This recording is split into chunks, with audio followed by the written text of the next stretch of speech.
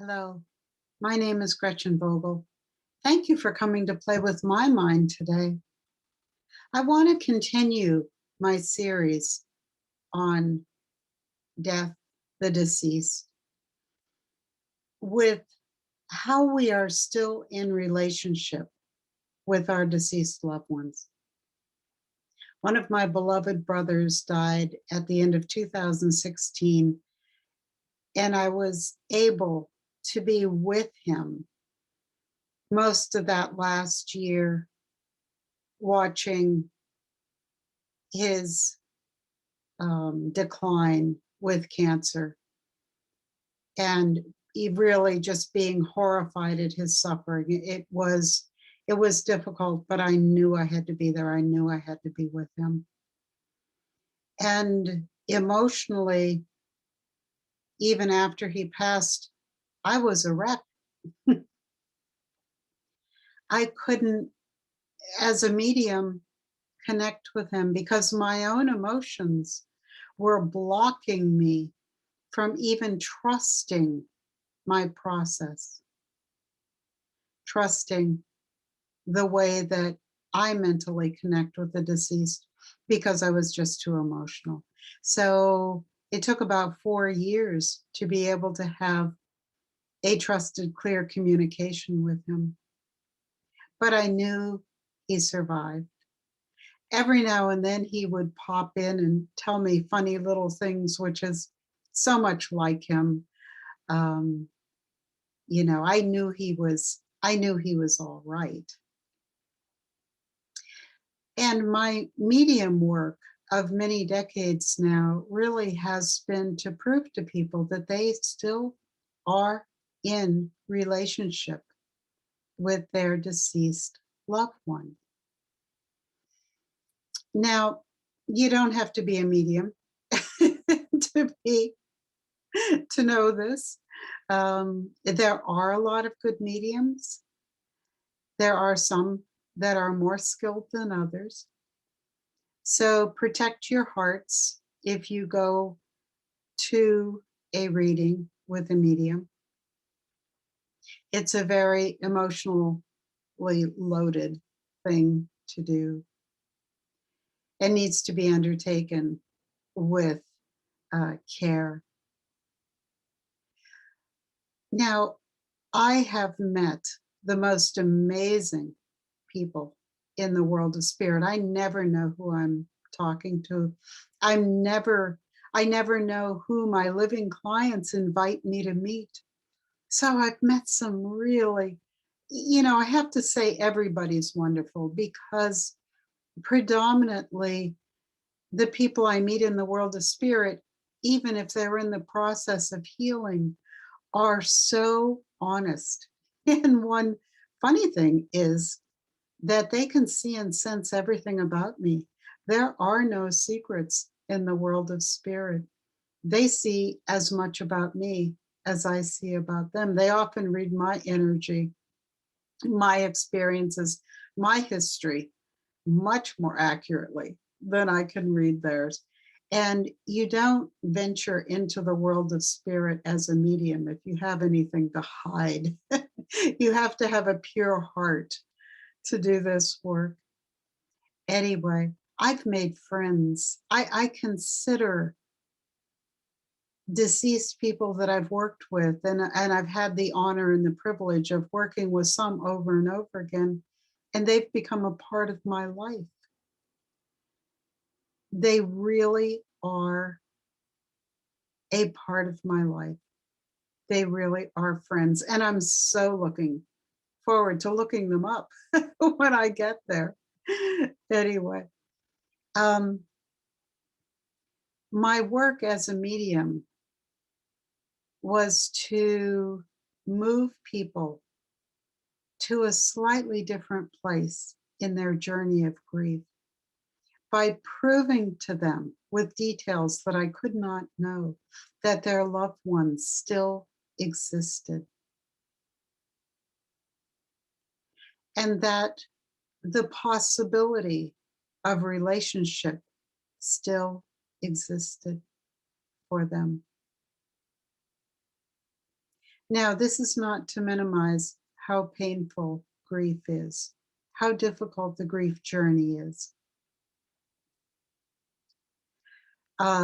I have to talk about this beautiful well, she's not young anymore. Actually, she transitioned when she was 16 in a car accident.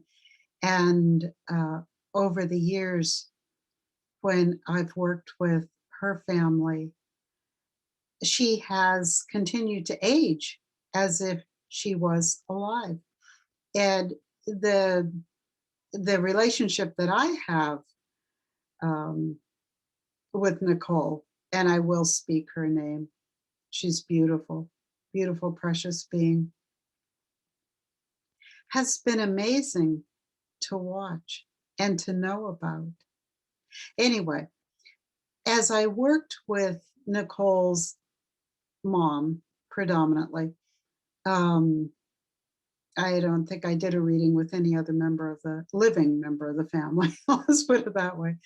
Um, at one time, Nicole said to me, "You need to get your mother out here.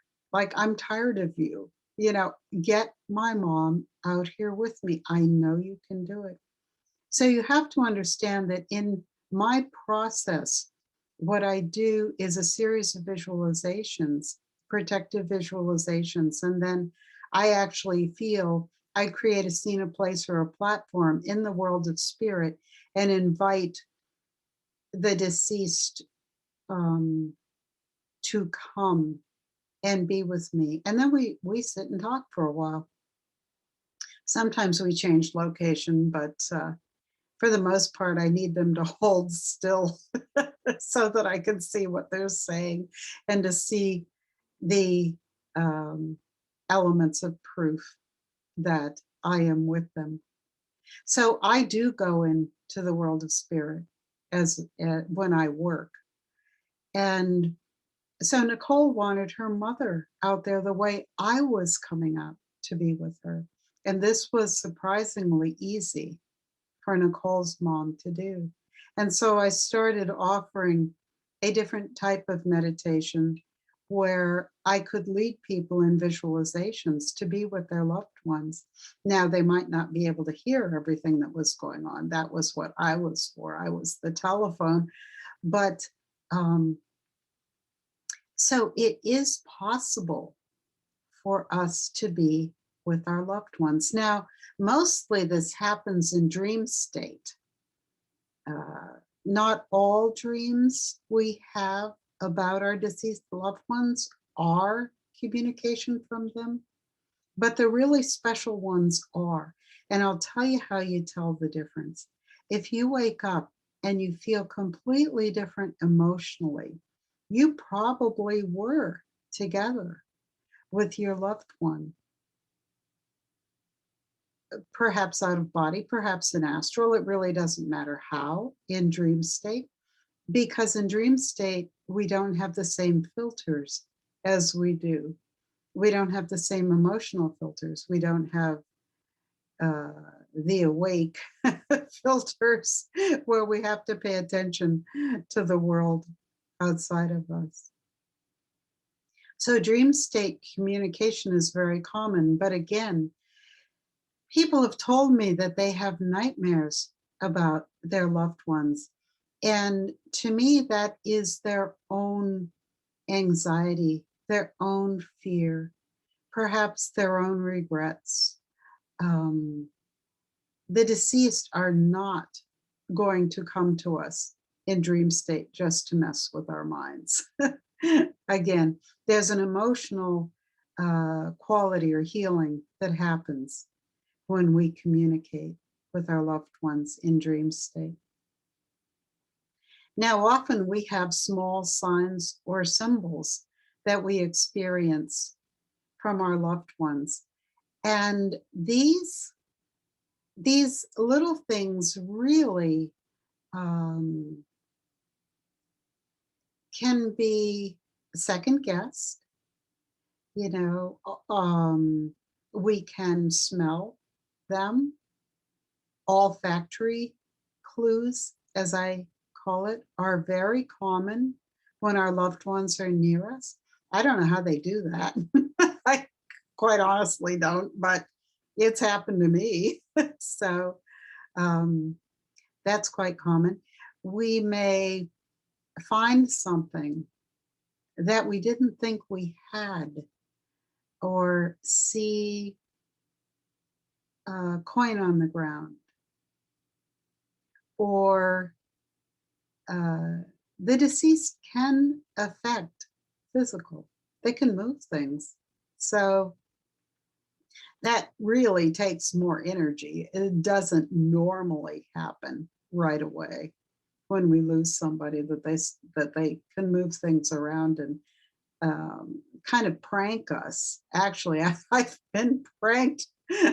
Maybe I'll do a video on that, kind of unwanted surprises from the loved ones on the other side. But to acknowledge these communications from the deceased gives them such joy and happiness. Electronics are very easy for the deceased once they're healed and whole and have achieved self-realization. Electronics are very easy for them to manipulate. So you may have their caller ID coming up where you know that they're not calling you. I mean, that couldn't happen, in real life, in real time. So these small signs or symbols really should not be overlooked. And it is not grasping at straws to think that these little signs or occurrences are them. Lewis, the horse that I spoke about in the first series on karma, he sent us a broad-winged hawk. Oh, this was probably about 6 months after we had to euthanize this horse. Lewis was a horse.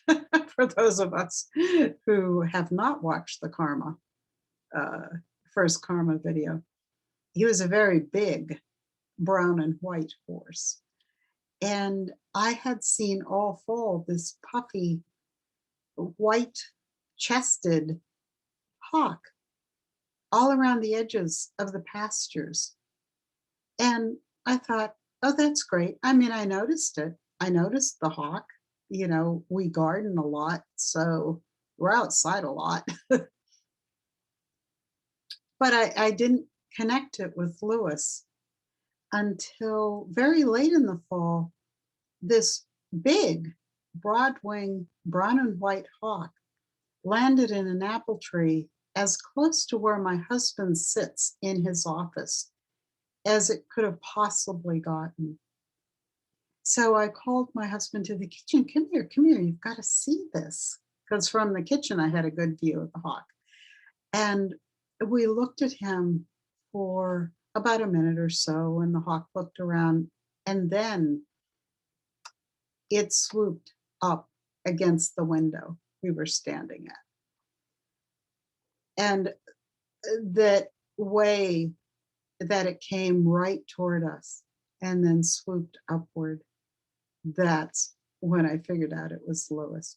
And the thought that I had was, I'm free as a bird now. That was an incredible um, experience that validated that our love continued. So, thank you so much for joining me today. This is going to be a fairly long series on death and the deceased experience. I mean, we're just getting started. But I want people to know that they're still in a relationship with the deceased, even though, like me, sometimes the deceased start leaning up against the refrigerator when I go to take something out first thing in the morning.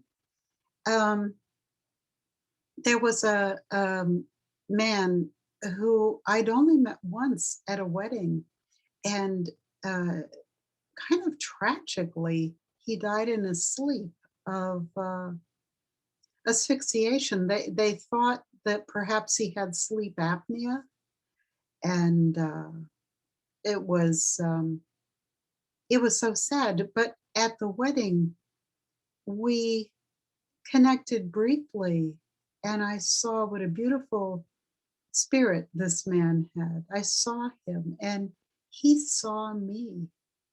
And so when Mark was sitting on our couch, I think we heard about his death. My husband did, through connections. This was not through my connections, but my husband's. It wasn't the next morning. Well, it might have been the next morning. Actually, he was sitting on our couch in the living room. So I went into my husband and I said, "You know that Mark is sitting on our couch?" And he said, "Yeah, I know." Um, so I went out and I said to Mark, "You're welcome to stay here as long as you want, but why are you here with us?" And he said to me, "I feel safe here," which was a beautiful affirmation. And he hung around for a few days, um, and then he was able to depart. So, not everybody has the experience of the deceased I'll have somebody sitting next to me in the truck, or tapping me on the shoulder from the back. And usually I know exactly who this is. I do not admit or open to people that I don't know or haven't met or haven't touched their energy. And I feel very protected because I am not haunted. I'm not haunted at all. I just have these experiences. And for me, it is like meeting a person who's alive. There's no difference to me, except we see each other more clearly. So thank you for coming. Thank you for your time today. And I look forward to seeing you again. My website is How Spirit Works. And I do have a Facebook page. I don't post on it a lot. If these videos get going, I'll be doing things on the community page on YouTube. So, um, again, thanks for coming. Bye till next time.